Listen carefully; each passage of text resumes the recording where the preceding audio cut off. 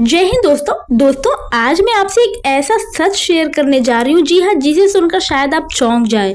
गांव देहात में यहाँ तक कि शहर में भी हर दूसरा परिवार जमीन विवाद में फंसा हुआ है और ये बिल्कुल सही है।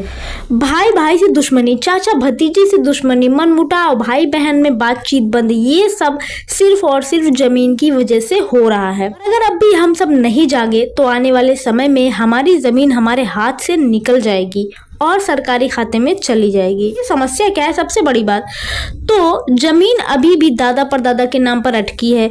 आज भी बिहार में कई राज्यों में लाखों जमीनें दादा परदादा के नाम पर हैं। ना तो पिता के नाम ट्रांसफर हुआ और ना ही आज की पीढ़ी के नाम पर ट्रांसफर हुई। बंटवारा सिर्फ मुंह जबानी हुआ है, लिखित कागजात भी नहीं है। परिवार में 4-5 भाई थे, फिर भी उनके भी बच्चे हुए और आज 40 से 50 लोग उस जमीन में हिस्सेदार बन गए, लेकिन कागजात नहीं बने। सब मौखिक बंटवारा करते रहे, मौखिक बंटवारा होता रहा और कब्जा जो है अलग अलग, कब्जा अलग नाम अलग। तो देखिए, कोई भाई ज्यादा जमीन पर कब्जा कर बैठा है और कोई भाई अगर बाहर चला गया तो उसका नाम जो है वंशावली यानी फैमिली ट्री में ही नहीं लिखा गया, वंशावली में ही नहीं लिखा गया। कोई चालाकी से सिर्फ अपने नाम जो है दर्ज करवाना चाहता है। अक्सर यही होता है कि जो भाई घर पे रहता है वो चालाकी से अपना ही नाम दर्ज करवाना चाहता है। ये तो बहुत सारे केसों में ऐसा देखा गया है और वंशावली में गड़बड़ी कर देते हैं।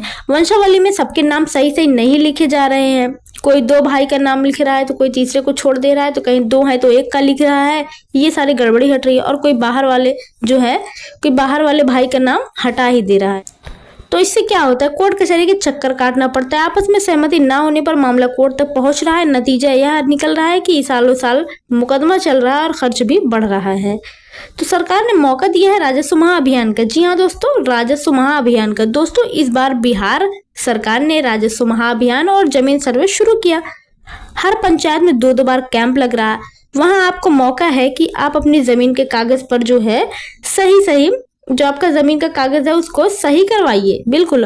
और अगर अभी मौका गंवा दिए तो आने वाले समय में यही जमीन गैर मजरूआ या सरकारी खाते में डाल दी जाएगी। जी हाँ, तो इसका सलूशन क्या है? ये सबसे बड़ा मुद्दा है। अब आपको करना क्या है? आपको सबसे पहले बात है आपको वंशावली तैयार करना। जी हाँ, वंशावली आप तैयार करवाइए। मुखिया, सरपंच या अंचल कार्यालय से वंशावली आपको मिल जाएगी। जी हाँ, वहाँ पे आप बनवा सकते हैं।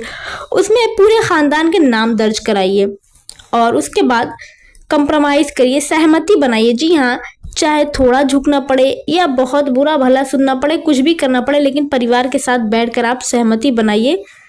कम से कम ज्यादा का हिसाब बाद में भी हो सकता है, लेकिन नाम सबका दर्ज होना चाहिए वंशावली में। उसके बाद जमाबंदी में नाम चढ़वाइए। मान लीजिए 5 कट्ठा जमीन है और भाई 3 है, तीनों भाइयों को का नाम उसमें चढ़वाइए। इससे फायदा ये होगा कि बिना सहमति के कोई भी आपका हिस्सा बेच नहीं पाएगा। तो ये सबसे जरूरी काम है। उसके बाद में आपको क्या करना है? दाखिल खारिज कराइए, म्यूटेशन कराइए। चाहे पैतृक जमीन हो, खरीदी हुई हो, गिफ्ट डीड हो या वसीयत से मिली हो, उसको जो पहले आप दाखिल खारिज करवाइए। जी हाँ, और हर हाल में दाखिल खारिज कराना आपको जरूरी है, इसलिए सर्वे कैंप का इस्तेमाल कीजिए।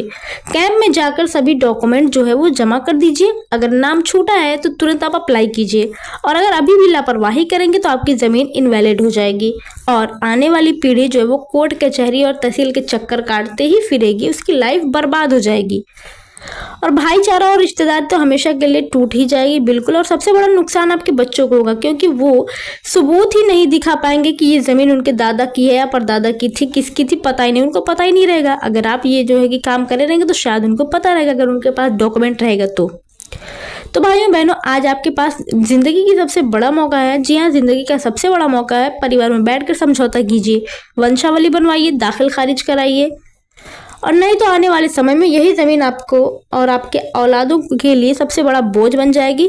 आज थोड़ा झुक जाएंगे तो कल शायद आने वाली पीढ़ी आपको दुआ देगी। तो दोस्तों, इस मौके को हल्के में मत लीजिएगा। ये सरकार की तरफ से ऑफर है और आप इसमें अपना काम करवा लीजिए, वरना जो जमीन आपकी ताकत है वही जमीन आपके लिए मुसीबत बन जाएगी। जी बिल्कुल। और मिलते हैं आपसे अगली वीडियो में एक और नए मुद्दे के साथ। तब तक के लिए दोस्तों धन्यवाद। जय हिंद, जय भारत।